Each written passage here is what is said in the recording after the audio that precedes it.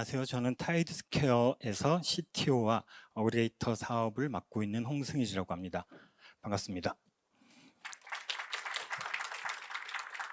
보통 다른 세션들은 아마도 그 AWS의 뭐 어카운트 매니저시라든가 아니면 SA 분들이 먼저 시작을 하는데 저희는 제가 먼저 나오게 됐습니다. 제가 기대했던 것보다는 많이 와주셨네요. 저희가 지금 두 가지, 아마 크게 보면 두 가지 정도의 주제에 대해서 말씀을 드릴 것 같습니다. 개발은 덜하고 가치는 더 크게, 이게 하나의 세션이 될 것 같고, 그리고 NDC 어그리게이터 사스에 대한 부분이 될 것 같습니다.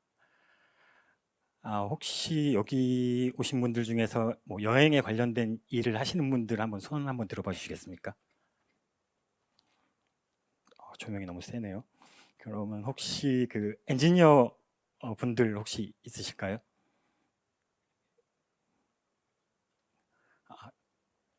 예. 그래서 지금 여기 오신 아마도 기대는 뭐 크게 보면은 타이드스퀘어를 아시는 분들도 있을 거고 모르시는 분들도 있을 거고 타이드스퀘어가 어떤 일을 하는 것인지, 그리고 NDC 어그리게이터가 무엇인지, 그리고 또 하나의 주제는 사스에 대한 관심을 가지고 계신 분들도 계실 거고, 그 여정이 어떻게 되는지에 대한 아마 기대를 갖고 오셨을 거라고 생각이 듭니다. 그래서 그 관점에서 저희가 오늘 말씀드린 내용은 타이드스퀘어와 NDC 어그리게이터 사스를 제가 간단하게 소개를 하고, 이후에 AWS의 플러서브 팀의 인게이지먼트 분께서 개발은 덜하고 가치는 더 크게, 이 과정에 대해서 설명을 해주실 거고, 그리고 무엇을 만들었는지에 대한 이야기를 하게 될 것 같습니다.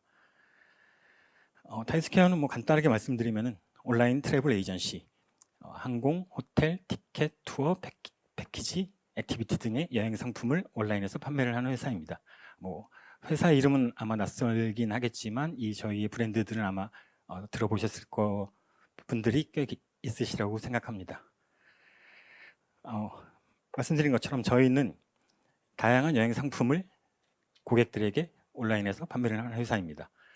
근데 여행업이라는 것은 굉장히 전통적인 비즈니스고 오래된 비즈니스이기 때문에 기존의 유통 시스템들을 가지고 있고, 사실 한국에서는 아마 대부분의 여행사라든가 온라인 트래블 에이전시가 전통적인 유통 시스템 하에서 비즈니스를 하고 있는데, 저희는 이 과정을 여행 상품과 고객의 거리를 줄이기 위해서 기술을 통해서 다이렉트 커넥션이라는 방식으로 여행 상품을 고객에게 제공을 하는 방향으로 일을 하고 있고, 그 과정에서 그러면 가장 저희가 중점적으로 하고 있고 빠르게 속도를 내고 있는 부분은 항공권입니다. 왜냐하면 아까 말씀드린 것처럼 여행업이라는 건 굉장히 전통적인 비즈니스고 디지털 트랜스포메이션이 사실은 좀 늦은 상태이기 때문에 저희가 다이렉트 커넥션으로 가는 과정이 속도가 그렇게 빠르게 나진 않는데, 항공권 같은 경우에는 전반적인 유통 시스템 자체가 점점 다이렉트 커넥션으로 방향을 나가고 있기 때문에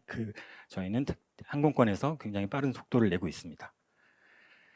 말씀드린 것처럼 항공권 판매 유통에 어떻게 되고 있느냐라고 하면은 뭐 아마도 여기 계신 분들은 대부분 항공권을 아마도 다 구매를 해보셨기 때문에 아시겠지만 굉장히 불편합니다.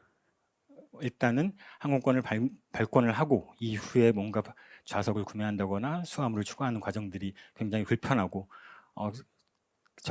어느 일정의 여행을 가야 되는지, 어떤 가격이 내가 원하는 가격인지를 찾는 과정들이 굉장히 불편한 이유가 GDS는 굉장히 전통적인 시스템 하에서 유통이 되고 있고, 여기는 어떻게 보면 상품이라는 관점이 아니라 일정과 운임과 그리고 어베일리비티, 좌석의 어베일리비티를 관점으로 고객이 접근할 수밖에 없고, 그렇기 때문에 지금 사실은 최근에 뭐 AI라든가 이런 부분들이 적용되기 굉장히 어려운 환경입니다.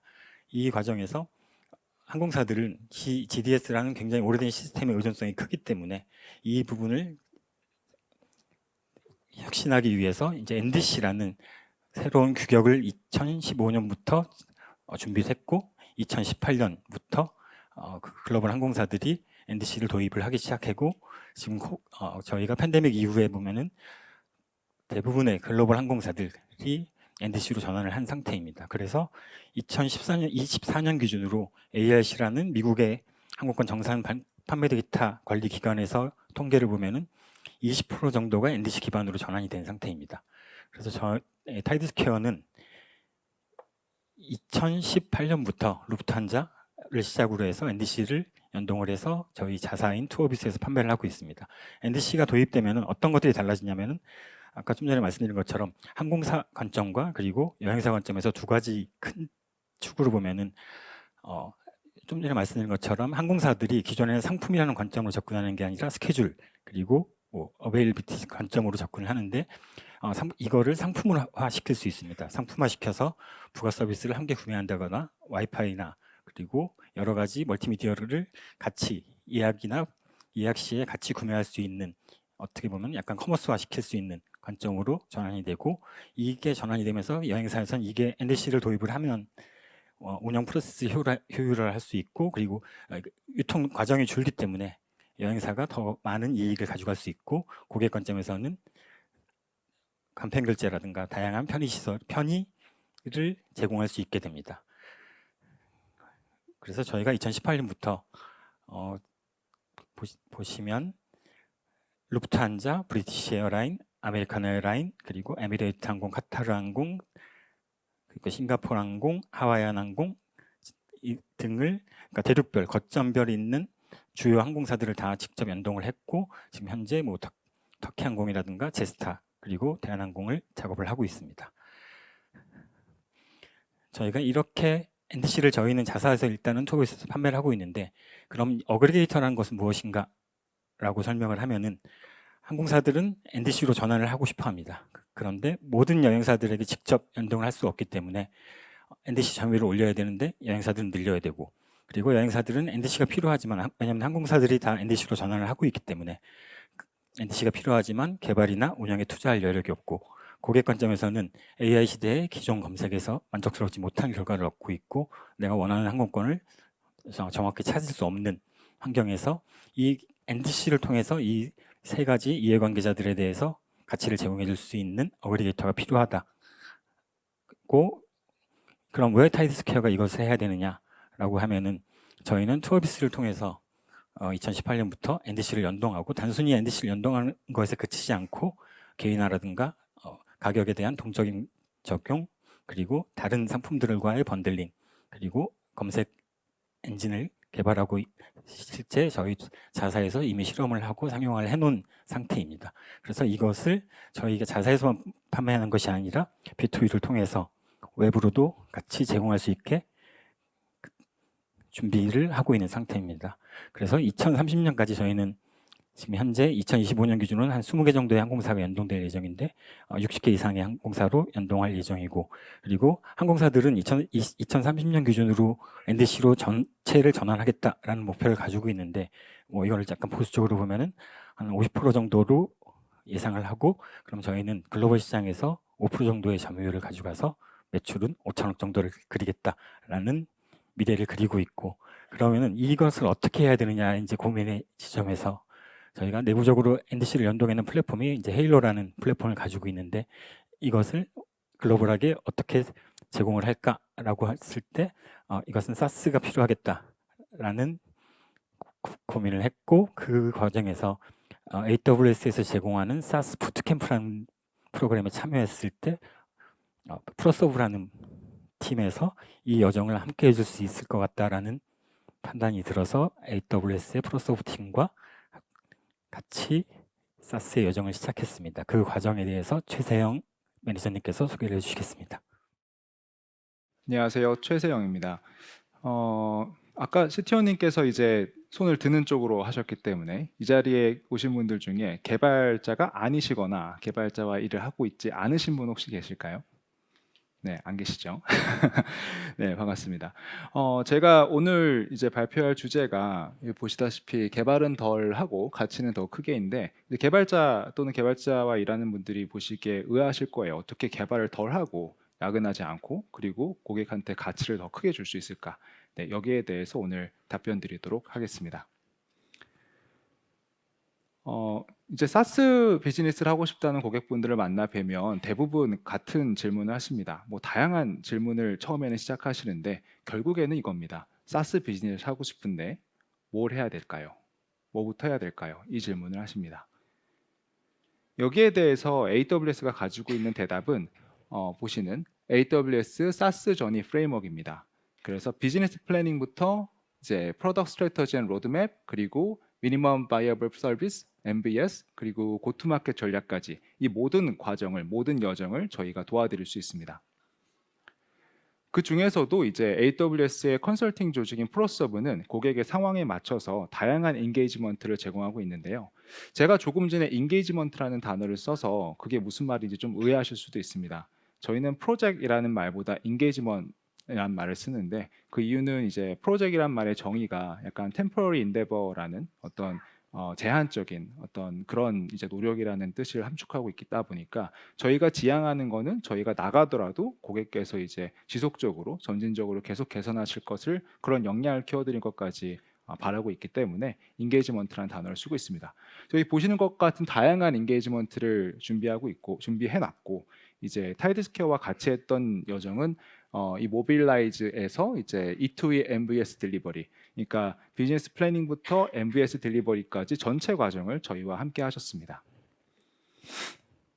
네, 이제 MVS를 개발하려고 할 때 모든 개발자가 사실 같은 어려움을 갖고 계시죠. 우리는 시간이 부족하다. 여기 계신 분들 중에 개발을 하려는데 시간이 넉넉하셨던 분 계십니까? 네, 아마 없으실 겁니다. 그래서 똑같은 이제 어려움이 타이드스퀘어에서도 갖고 계셨고, 결국 타이드스퀘어가 직면했던 도전 과제는 필요 없는 것까지 개발할 시간도 자원도 없다. 그래서 우리는 반드시 필요한 것만 개발해야 한다라는 게 이제 갖고 계셨던 챌린지였습니다. 이 MVS 개발하는 걸 달리기로 한번 비유해 보겠습니다. 어느 편이 더 목적지에 빨리 도착할 수 있을까요? 어딘지 모르고 이제 일단 뛰기 시작하는 것과 결승선을 보고 출발하는 것, 효과성에 대한 얘기입니다. 그리고 이제 한 달 동안의 달리기라고 했을 때 밤새 열심히 뛰는 것과 점차 장애물을 제거해 가는 것, 효율성에 대한 얘기고요. 달리기 도중에 날씨가 바뀔 수 있고 심지어 그 목적지가 바뀔 수도 있습니다. 그럴 때 어떻게 해야 될까요? 우리는 경로를 바꾸거나 새로운 전략을 짜야 합니다. 적응성에 대한 얘기입니다. MVS 개발도 마찬가지라고 생각합니다. 그래서 필요한 것만 개발하기 위해서 어떻게 해야 되느냐, 3가지 방법을 제안드리고자 합니다. 첫 번째, SaaS 비즈니스 플래닝입니다. 비즈니스 플래닝이라고 하는 건 비즈니스의 목표와 제약 조건, 그것을 먼저 파악하고 시장을 먼저 검증하고 기술적인 실현 가능성을 확인하는 작업을 말합니다. 바로 앞서 말씀드린 것과 같은 효과성, 어느 걸 목표로 할 거냐에 대한 얘기죠. 그리고 이제 여러 가지 일하는 방식의 개선, 그러니까 스크럼이든 칸반이든 또는 타이드퀘어에서 활용했던 이제 업스트림 칸반이라는 방법이든 우리가 그 일을 하는 과정에서 얼마나 장애물을 제거하고 효율적으로 일할 것이냐, 효율성에 대한 얘기입니다. 마지막으로 사용자 중심의 디자인 띵킹. 그러니까 전체적으로 끝까지 다 개발하기보다는 이제 상황이 바뀔 수 있으니까, 목표가 바뀔 수 있으니까 우리가 정말 개발하고 있는 것이 고객의 문제를 해결하는지 한번 테스트해보고 다시 확인하고 또 테스트해보고 확인하고, 이 과정을 반복하는 사용자 중심에서 점진적으로 개발하는 방법을 말합니다. 방금 말씀드린 디자인 띵킹은 단순히 이제 MVS 개발 때뿐만이 아니고 이 SaaS 저니 프레임워크 전체 여정에 걸쳐서 반복하는데요. 예를 들어서 비즈니스 플래닝이라고 하면 그게 MVS 개발 전에만 하는 것이 아니라 MVS를 개발하는 과정에서도 업데이트를 하고, 또 프로덕트 스트래터지를 개발하는 과정에서 또 한 번 업데이트하고, 다시 고투마켓 전략을 수립할 때도 다시 또 업데이트하고, 이 과정을 반복한다라는 말씀입니다. 이제 이 3가지에 대해서 조금만 더 자세하게 말씀드리겠습니다. 먼저 비즈니스 플래닝입니다.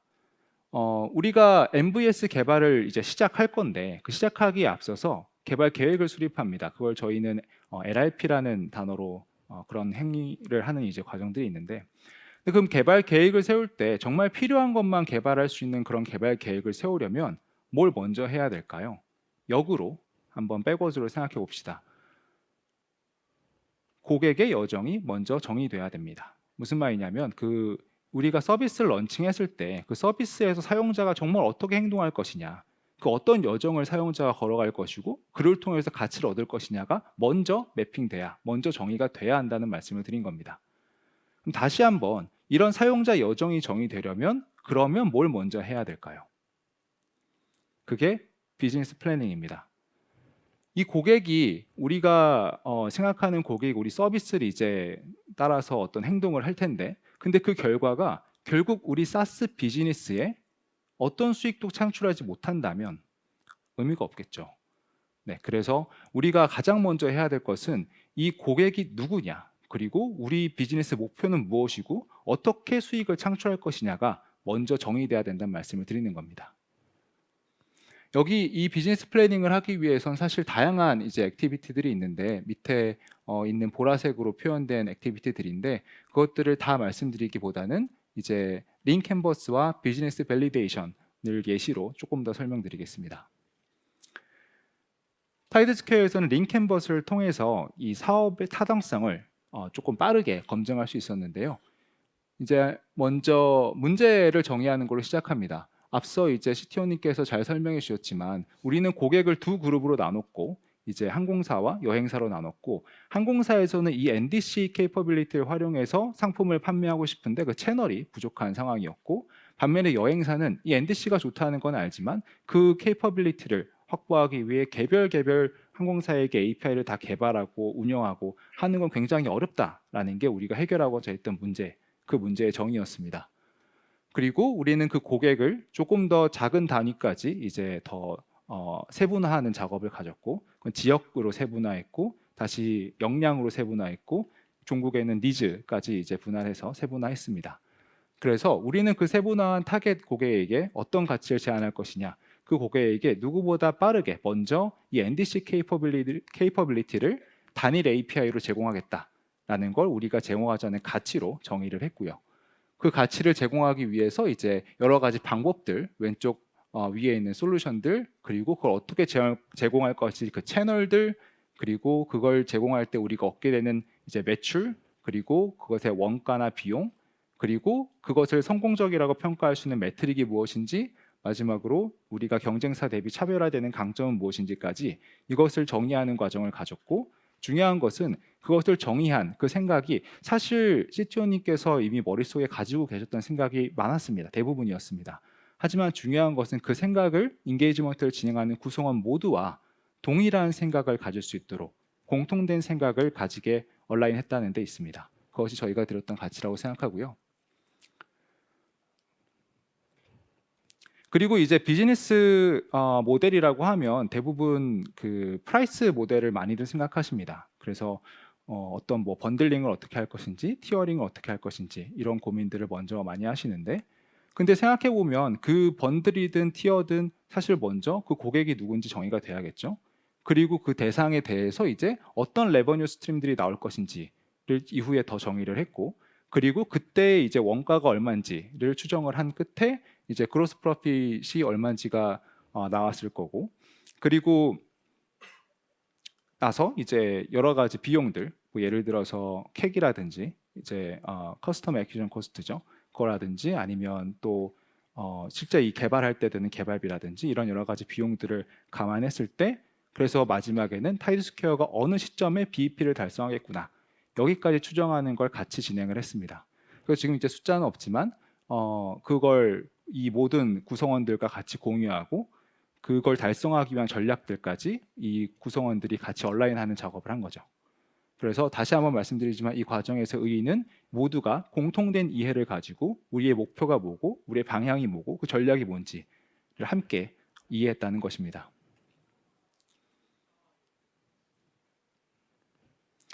네. 그리고 이제 일하는 방식의 개선에 있어서는 타이드스퀘어에서는 업스트림 칸반이라는 방식을 썼는데요. 지금 보시다시피 사진에서 실시간 대화를 하면서 이제 칸반보드 앞에서 장애물을 식별하고 낭비를 줄이는 모습을 보실 수가 있습니다. 타이드스퀘어가 특히 좋았던 점은 이것을 인게이지먼트 기간에만 하신 게 아니라 이후에도 지금까지 지속하고 계시다는 겁니다. 제가 인게이지먼트가 끝난 이후에도 사실 타이드스퀘어에 방문드려서 뭐 몇 가지 조언을 드리기도 하고 또 이제 즐거운 시간을 보냈는데, 왜 즐거웠냐면 그 정말 그때만 한 게 아니고 이 일하는 방식을 이 칸반에 있는 플로우 매니저라는 역할이 있거든요. 그 역할자를 한 명씩 돌아가면서 번갈아 가면서 진행하면서 인게이지먼트에 참여하지 않았던 분들까지 이 역할자를 해보면서 이 방식을 익숙하게 하고 이 방식을 따라서 일하는 방식을 개선하고 계셨기 때문입니다. 그래서 이 자리에 이 발표를 같이 하시진 않지만 이제 이 자리에 계신 기획팀장님을 포함해서 모든 구성원이 이 방식을 진짜 지속하고 계속해서 점진적으로 발전시키고 계시다는 게 저는 특별히 좋았던 점입니다.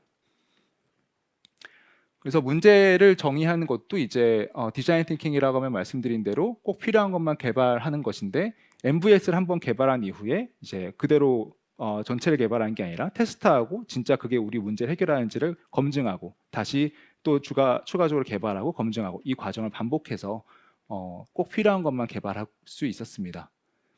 이 과정 끝에 이제 저희는 6주 단축했는데 원래 17주 만에 MVS를 개발할 수 있었고요. 원래 23주로 예상됐기 때문에 6주 단축하는 효과를 가져왔고 그 끝에 이제 타이드스퀘어가 사스 플랫폼으로서 국내 최초로 NDC 애그리게이터를 개발하고 출시할 수 있었고 이후에 이제 김성진 개발팀장님께서 좀 더 설명해 주시겠지만 글로벌 인프라 구성하고 운영할 때의 운영 효율도 50% 증진시킬 수 있었습니다.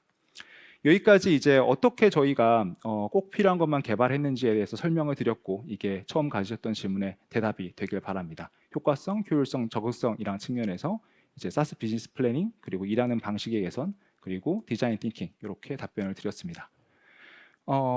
마지막 장표는 사실 이제 여기 계신 고객에서 주신 말인데요.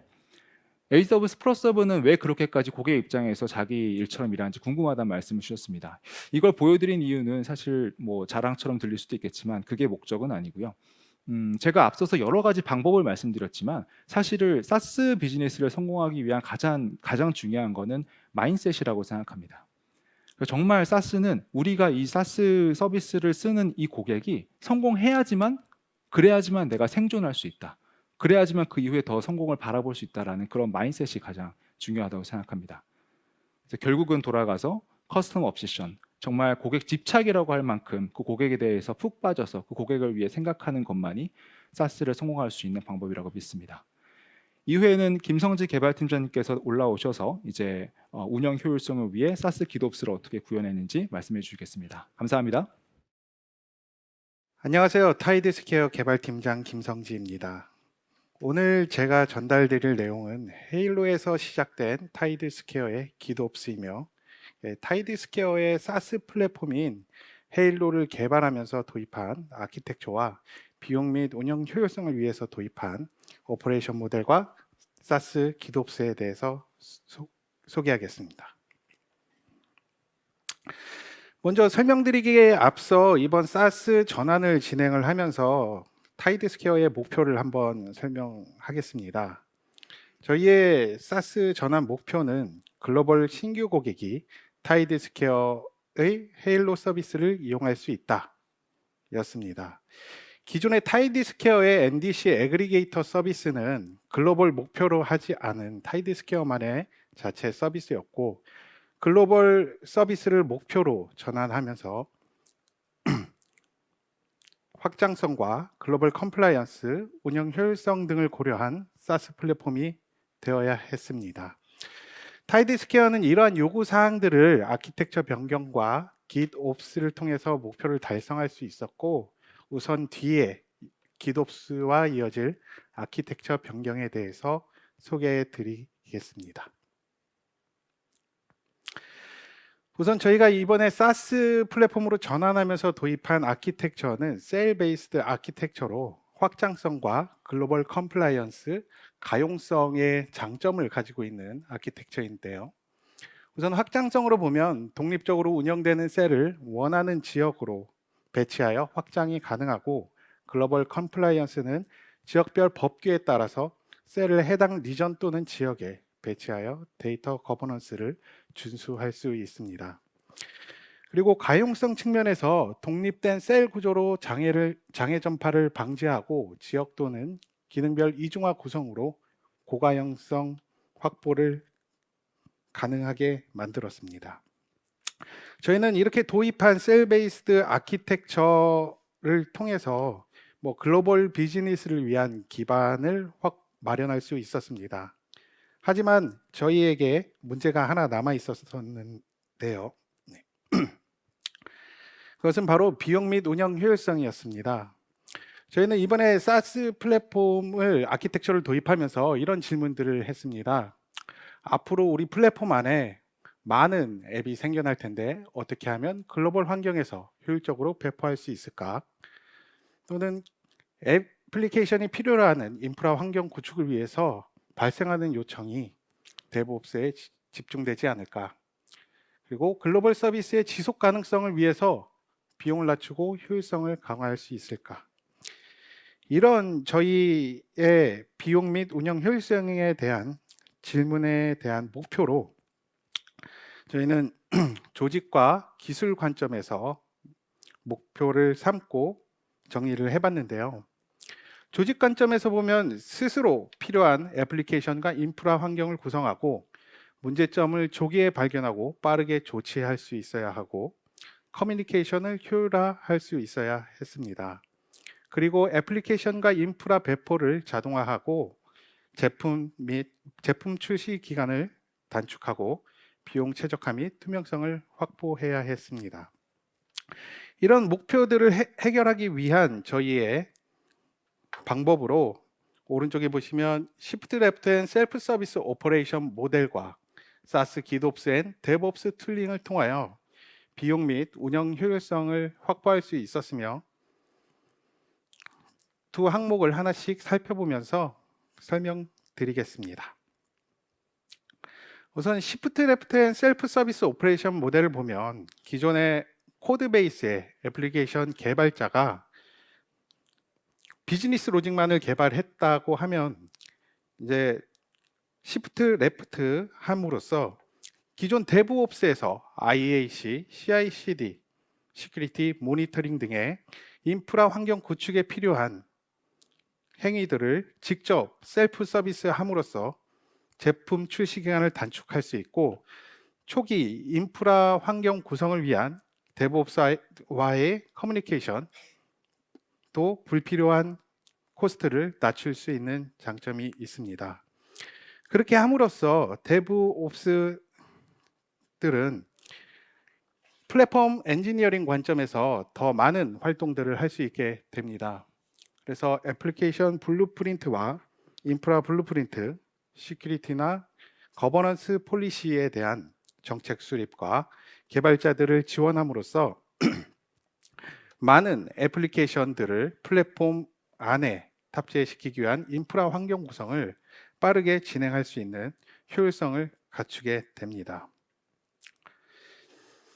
이전 Shift Left와 이어지는 저희의 SaaS 기도옵스 앤 DevOps 툴링은 앞서 말씀드린 이제 DevOps에서 제공된 인프라와 애플리케이션 블루프린트를 통해 애플리케이션 개발자들이 소비하는 형태로 Git 리파지토리의 모든 환경인 애플리케이션 인프라를 커밋하게 되고 그리고 파이프라인을 통해서 우리 셀 베이스드 아키텍처의 각 셀의 역할에 맞는 곳에 배포될 수 있도록 구성하는 것을 목표로 했습니다. 다음으로 이런 인프라와 애플리케이션들을 실제로 어떻게 구성했는지 조금 더 자세하게 설명드리도록 하겠습니다. 우선 인프라 배포 자동화는 DevOps가 작성해준 인프라 블루프린트를 통해서 애플리케이션 개발자들이 소비하는 형태로 진행을 하게 되는데요.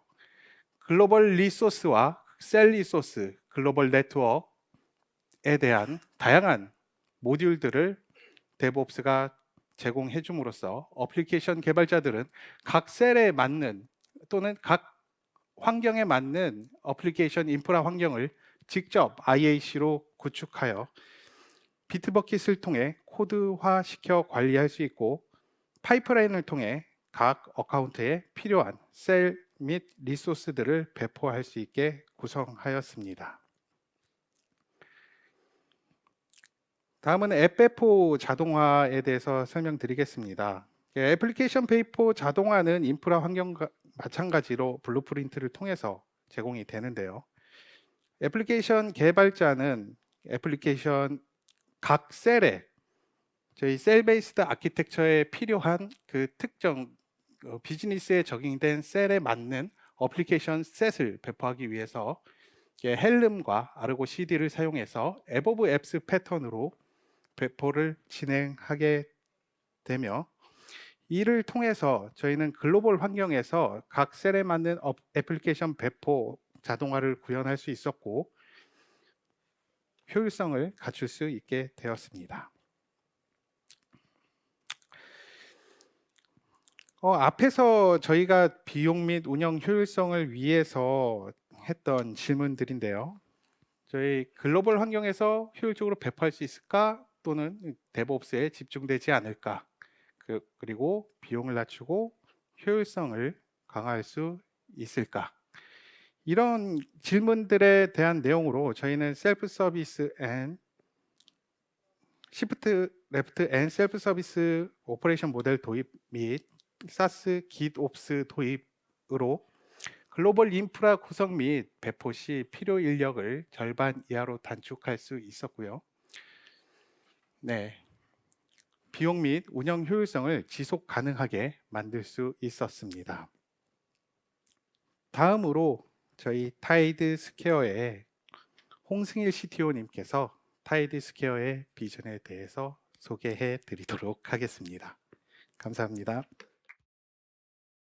제 소개를 아까 했는데 또 해서 사실은 이거는 뭐 타이드스퀘어의 저희 회사의 비전이라기보다는 저희가 지금 AWS 프로서브 팀과 저희 팀이 함께 시작한 그 사스의 전이에 대해서 뒤에 간단하게 설명을 드릴 거고, 뭐 워낙 요즘 다들 고민하고 계시고 뭐 숙제를 받으시기도 하고 뭐 하는 AI나 이런 부분들에 대한 부분들이 같이 녹여져 있는데, 그 전에 제가 잠깐 말씀을 드리고 싶은 거는 세영님께서 말씀하셨던 것처럼 커스텀 옵세션이라는 게 그 AWS의 그 리더십 원칙이 16가지 뭐 정도 되는데, 그 중에서 사실 제가 제일 좋아하는 부분이고, 저희가 지금 AWS와 저희 팀이 이 프로서브와 함께 엔게이지먼트 하는 과정에서 제가 AWS 프로서브 팀과 저희 팀의 가장 고맙게 생각하는 부분이 아까 말씀하신 것처럼 마인드셋이라는 부분인 것 같습니다.